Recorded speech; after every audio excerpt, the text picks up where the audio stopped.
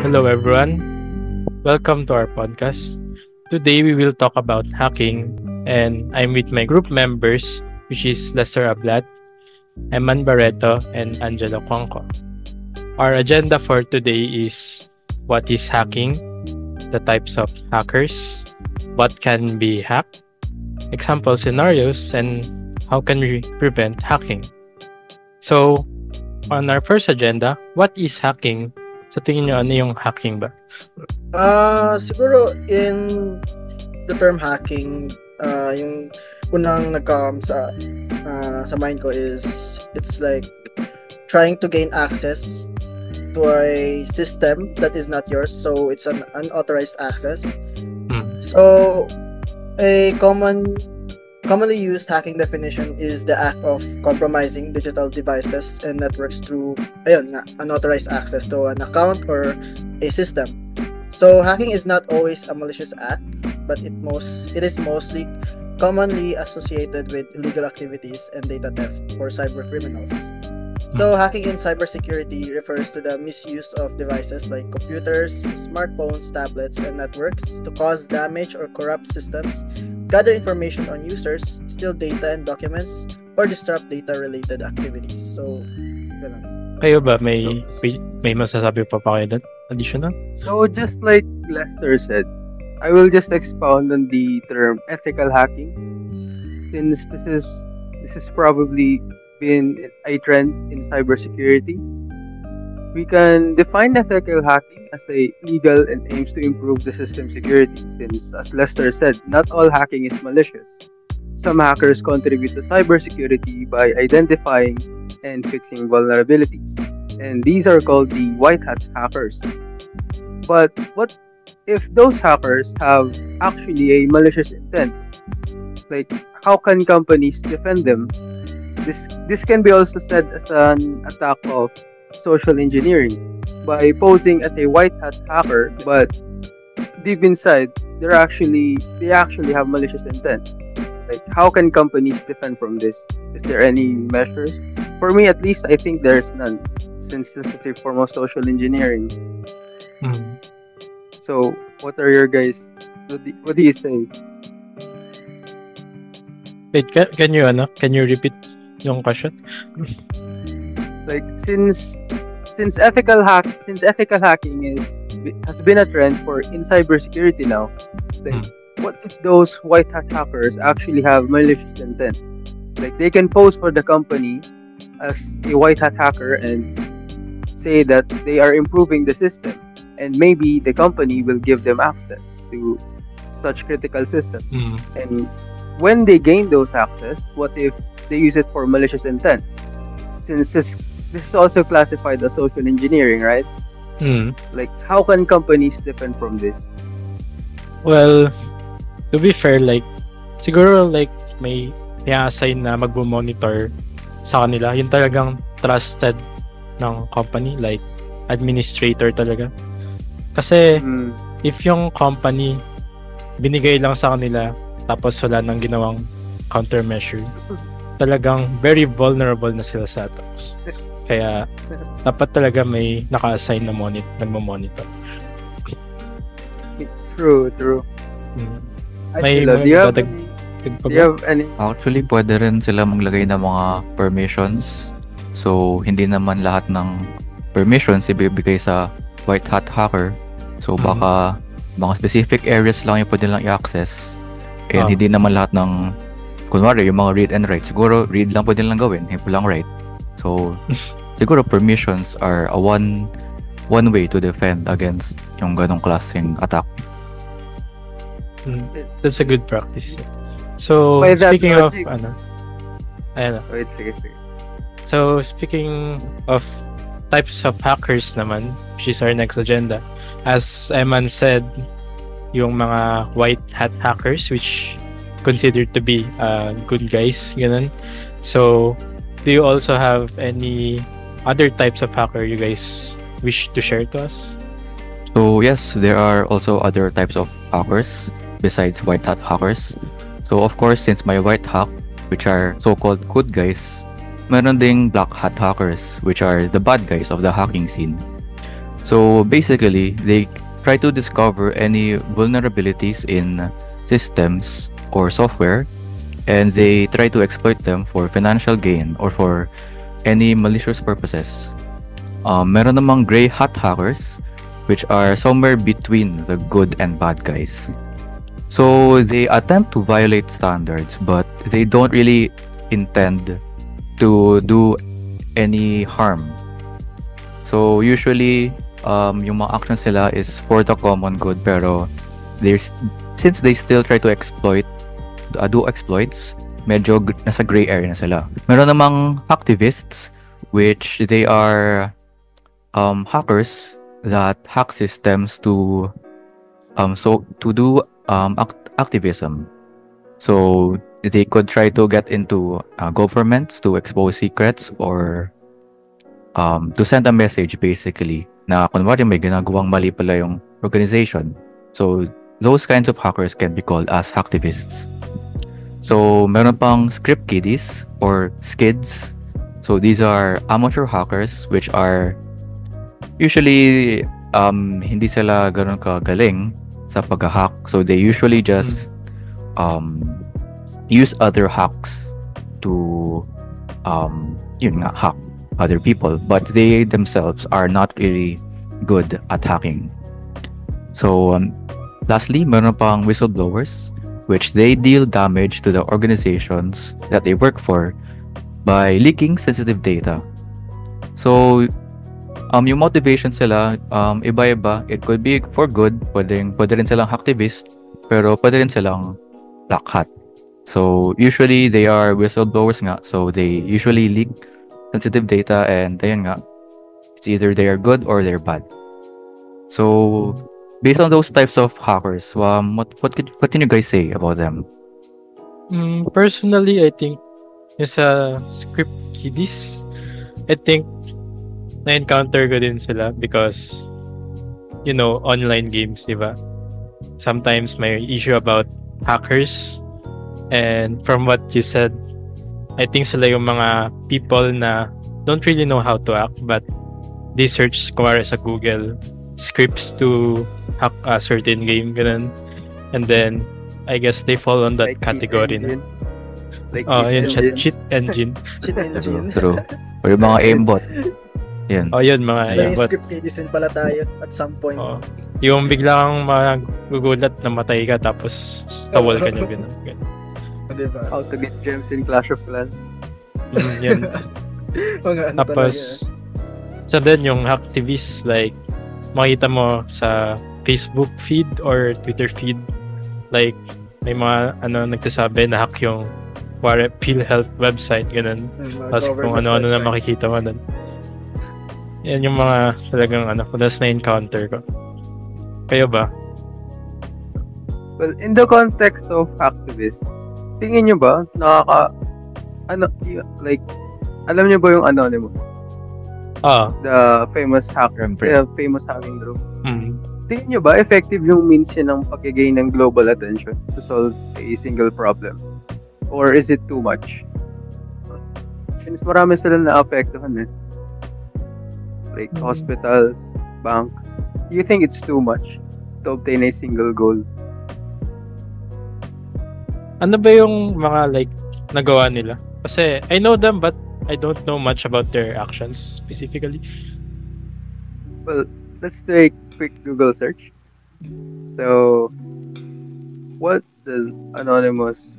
Well, according to Google, their cyber attacks have included the Church of Scientology, credit card companies, white supremacist organization, child pornography acts, and copyright protection agencies. Based on this, they are protesting various ideologies that seems to attack personal beliefs. Like, do you think attacking those kind of companies, is it too much for just one ideology? Is it too much? Since parang excessive force yung ginagawa nila Feel ko masyado excessive since marami na apektuhan Ako rin. Lalo na if yung system na inahack nila is like very crucial, like a government system, like nandun yung mga information ng mga tao or mga credit cards, diba? So marami talaga maapektuhan for that one cause only. And hindi pa rin sure if magiging nila yung cost nila or they're gonna do good things for that price, diba? So parang it's just too much rin for me. I think I kasi agree diba with that. pinapublicize din na rin yun. Yeah. Pinapublicize din kasi nila yun sa dark sites like credit nililik nila yun, diba? Like pinapakita talaga nila na kaya nilang gawin to, kaya nilang i-hack kahit yung pinaka-advanced kahit government website, diba? Like, nag-assert sila ng dominance. And parang yung rason nila leaning to selfish reasons then. Not really for the good of everyone. Yun talaga. Sometimes selfish din kasi yung reasons, diba? So, for our next agenda naman, since na-talk about natin yung mga types of hacker, ano naman yung mga things na pwede nila ma-hack, like examples nun? Do you guys have any idea? Mga account. Yes. Yeah, may account. Ano pa? Considering since we're living in a age of technology, as we call it, these computers and servers are the main functioning equipment of the internet, right? So other than this, websites can also be hacked, networks, IoT devices, mobile devices, and critical infrastructure. But I think the most important question that should be asked right now is not that what can be hacked, but what can be protected from hacking.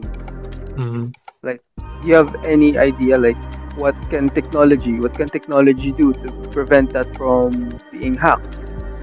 Since for me, ransomware attacks has been targeted is the most targeted critical infrastructure in 2021, and comes second are smart devices. These are done to attack of social engineering. Since hindi lang kasi technology na yung natatarget ng hacking, di ba?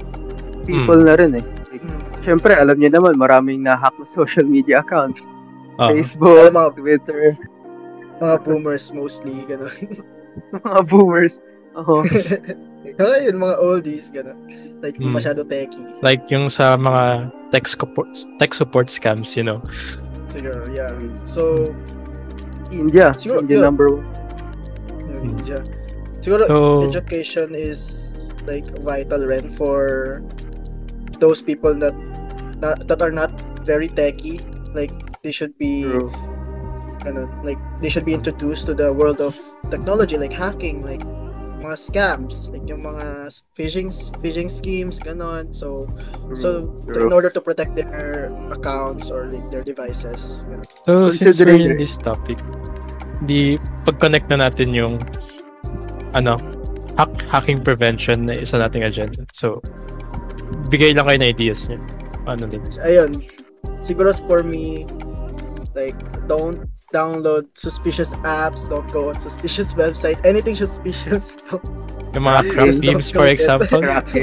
So, ganun, like, ganun.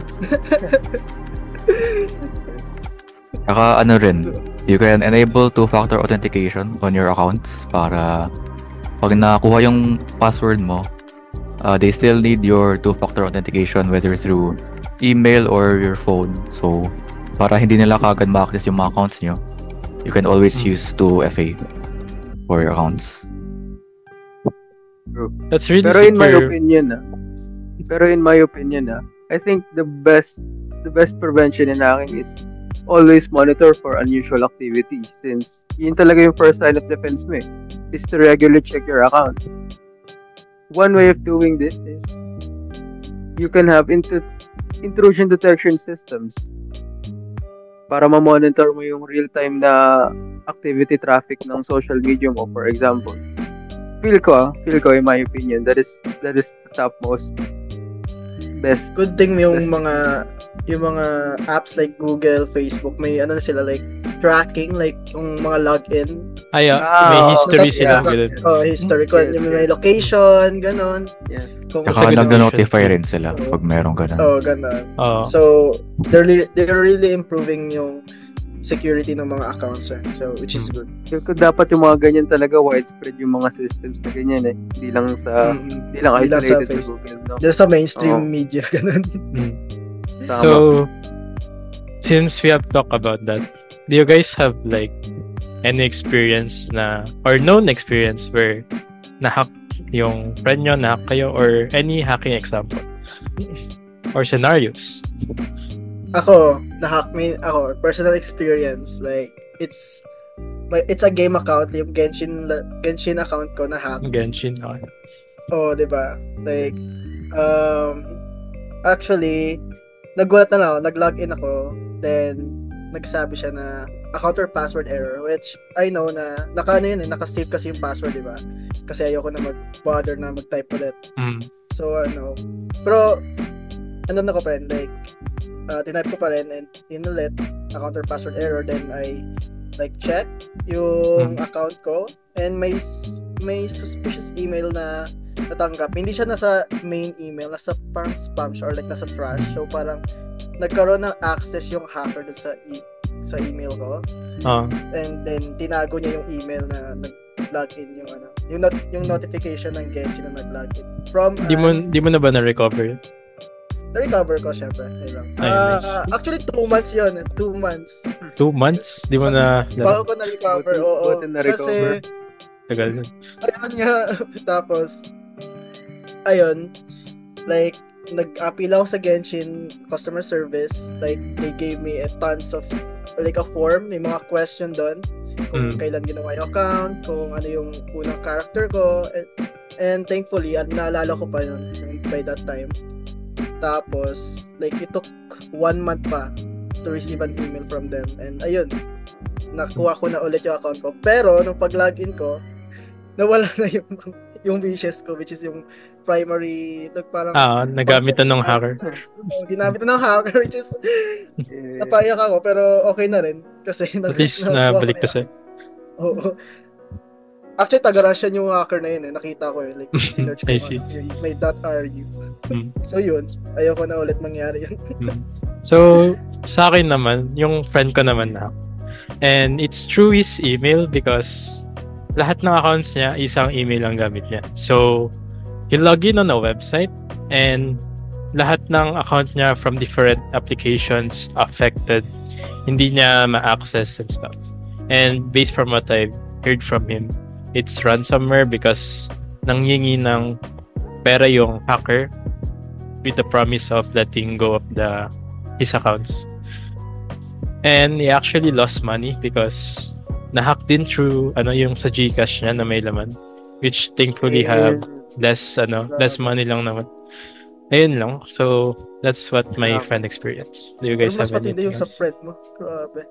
Money talaga. Money talaga eh. Pero, And multiple accounts pa yun. Kasama na dun Nagdedemand Steam, ng mga- my God. which is yung library niya ng buong games na one.